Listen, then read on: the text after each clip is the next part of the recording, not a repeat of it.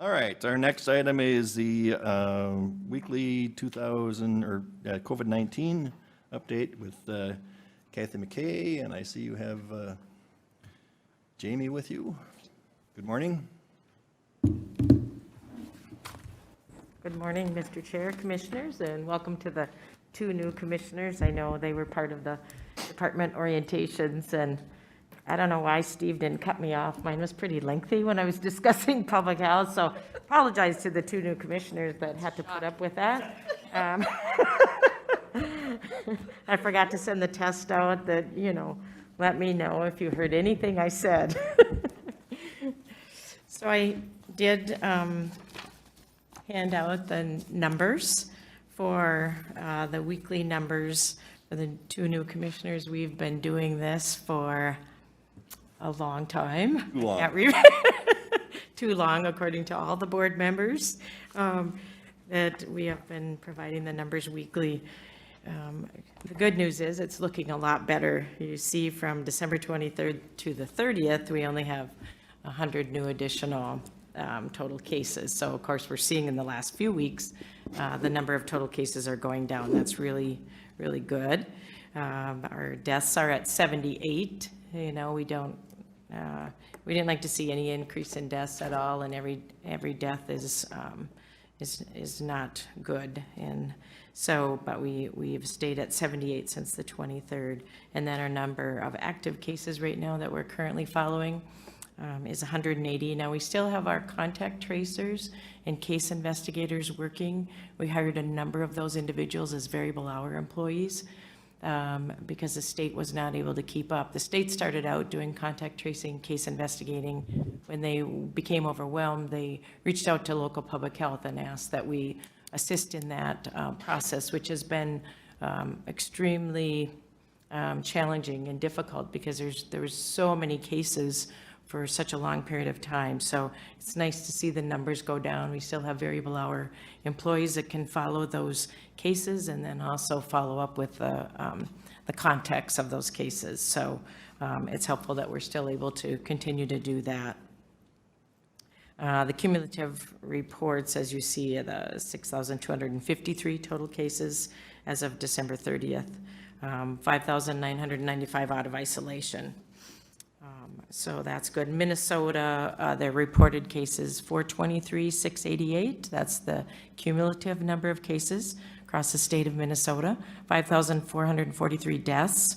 And the hospitalizations, now those are the Minnesota hospitals, the 22,000 cumulative hospitalized, 22,180, and cumulative ICU, 4,676. And the positivity rate is 7.6%. It remains about that same in the last couple weeks. We, on the Clay County side, of course, our hospitals are on the Fargo side, and they've reported that the numbers are manageable for those that are hospitalized and ICU. They're not seeing increases in those numbers. On the last page, I have the data for the Cass County, so you can see there's 20,081 cases on the Cass County side, 424 active cases, so their numbers are better as well. 169 deaths in Cass County, so they're also seeing the decline. The graph that you see on the first page, we're doing every month on the 16th of the month. So as you can see, the graph doesn't depict really the decline because it's not updated until the 16th of January. So it looks like we're not declining based on the graph, but clearly the numbers are showing that. And then as we look at the vaccine data on the second page, so a little over 297,000 doses were allocated to Minnesota providers. 169,650 were the Pfizer brand, and then the Moderna was the 127,700 doses. Now, these are also not depicting those that are allocated to some through the federal partnerships. So we're not seeing those numbers on the federal partnerships for the data. That's the Veterans Affairs, the Bureau of Prisons, Indian Health Services. So those are not in those numbers. The cumulative vaccinations administered were over 78,000. And it shows the breakout. Pfizer vaccines were 67,000. over that. And then the Moderna vaccinations were almost 11,000. Now in Clay County, we have about 474 individuals so far that have been vaccinated. And just to note, the Pfizer vaccine is the ultra-cold vaccine. So that was going to the healthcare systems that could manage. That was, that vaccine is a bit more challenging to manage as far as storage and handling. Public health agencies are getting the Moderna vaccine. That's the frozen vaccine. It comes frozen. We manage it at a frozen state until we're ready to use it. Once it's refrigerated, so we can utilize that vaccine, it's good for 30 days. So it must be given within 30 days after refrigeration, or it is no longer viable. And I'll let Jamie jump in now to talk about our vaccinations that are going to be starting fairly soon. Good morning. My name is Jamie Hennon. I'm the Director of Nursing for Public Health. And we have been, the last week, planning and completing the training required for beginning our vaccine clinic. We are in the phase 1A, and we have 3 priority areas. So we have a team that has been working on setting up the clinic and training staff, and we also have a team that's reaching out to the groups that would be vaccinated next. So we are officially, as we speak, setting up our first closed clinic, and our target population for today is the EMS providers, it's the vaccine testers at the saliva site, and then the vaccine vaccinators, the COVID vaccine vaccinators. So that's our target population today. As I mentioned, we've got a team that is reaching out to the next group. So we've got the 3 priority areas under phase 1. And those include like our dental providers, our home care providers, our group homes, mental health providers. We have a list, and they are calling us, but we are trying to be proactive and call them first. And so what we're doing is we actually are collecting information on the number of doses that they will need. It's kind of a little bit of a dance because we want to use the vaccines quickly, but we have to get through the first priority before we can get to the second or the third. And so that's where we are right now this week. So today we'll be reaching out to them to see if we can fill some of those spots. Our clinics are planned for Tuesday, Wednesday, Thursday this week. And depending on what we get for requests, we would consider another day possibly. So. While we do that, we're training the next group that will be required to do training, and we are reaching out to our universities again, which we've had several conversations with them, but we're in the process of checking nursing licenses and getting them on board to volunteer with us as well. So it's going. And just so you know, we only have a few hundred doses, so we don't have large amounts of vaccine. We should be receiving vaccine weekly, but it's, of course, in small amounts. So we want to make sure we're able to cover. They anticipate that this, even the first phase, will be at least a month in length, and before we can even move into the next phase. So we'll get the vaccine out as quickly as we can and to those priority groups, just like Jamie talked about. There is a scam going on, so we want the public to know that there's some calls being made, and they're making the request to offer to be put on a list or offer to have a vaccine reserved, and of course, there's a price to pay. That is totally a scam. There is no list. When we go through the priority areas, just like Jamie said, we are reaching out to those groups. We don't have a list for people to get on for the vaccine. So there is no list. So if anyone in the public is getting a call to say, we'll put you on the list, we're from the health department, which is typically what they're going to say, or we'll make sure that we ensure that you can be on the list to receive a vaccine, and you pay so much money to do that. There's no cost for the vaccine. It's free to everyone. So just a warning to those that may have received that phone call, because we do get a lot of calls about getting on the list. So people are calling our department. We're fielding many of them to get on a list. There isn't a list at this time. So in going to the documentation you have here on page 2 on your vaccines, the 297,350 total doses. That's what's been granted through the Minnesota Department of Health, correct? Correct. So there's additional places that we've talked about before, hospitals and all, that they're independent of that. That's correct. When you look at listen to the national news and a lot of things, you hear about the frustration about why is it taking so long?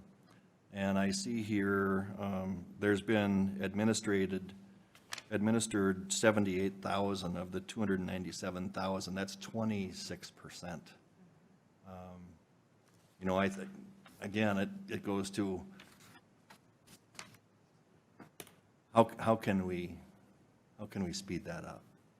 I'd like to see that be closer to 75% or 80% or 90% administered, rather than sitting in some cooler someplace. Well, Mr. Chair, that was my question as well. I see that it's been allocated, but are those the number that's been received? Yeah, the numbers that have been administered throughout Minnesota is that number, the 78,355. And the only thing I can state about that is they did have a lengthy process, so there was lots of requirements that had to be met, and of course, they were not necessarily sent proactively. So we had to meet requirements for trainings. There was very specific trainings, and they were everyone that administers a vaccine, no matter if you've given vaccines for years and you're a registered nurse, it was irrelevant. You still had to go through all of the training that they required. We also had to get protocols in place, so they're like physician orders, so we had protocols that we had to get in place, but I'm sure that has been the delay. And then the number of shipments, like we're getting small amounts.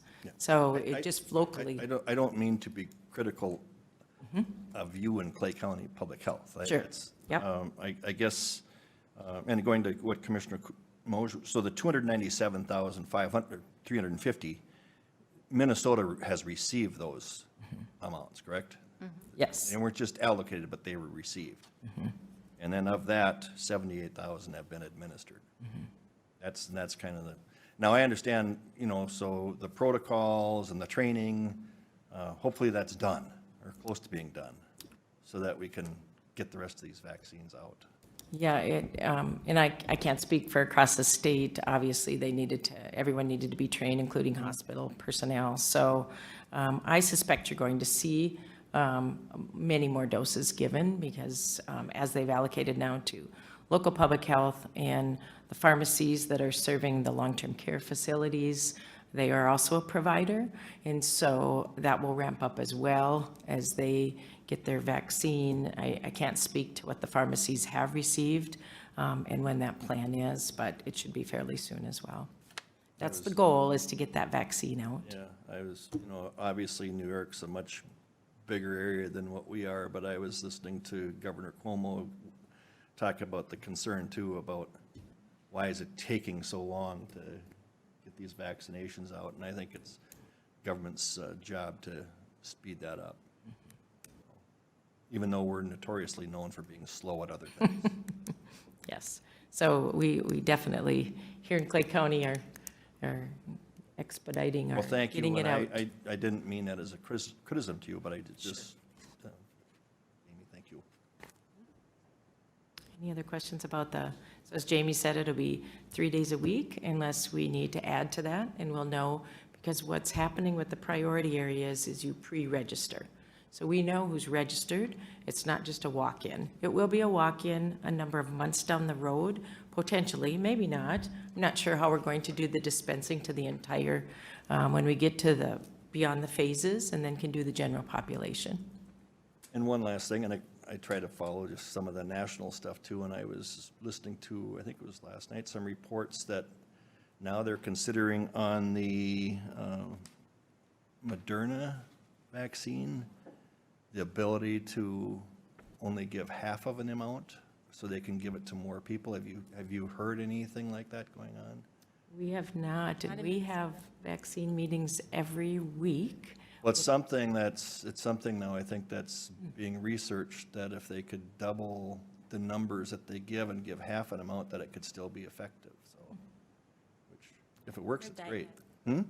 I haven't heard that yet. Okay, well, it was on national news last night. In Minnesota. I haven't heard that in Minnesota. Yeah, well, Yeah, right, Minnesota hasn't Yeah. relayed that yet, but and I think they're, you know, maybe they're just trying to do a little bit more research on it, but that'd be nice if it works, but.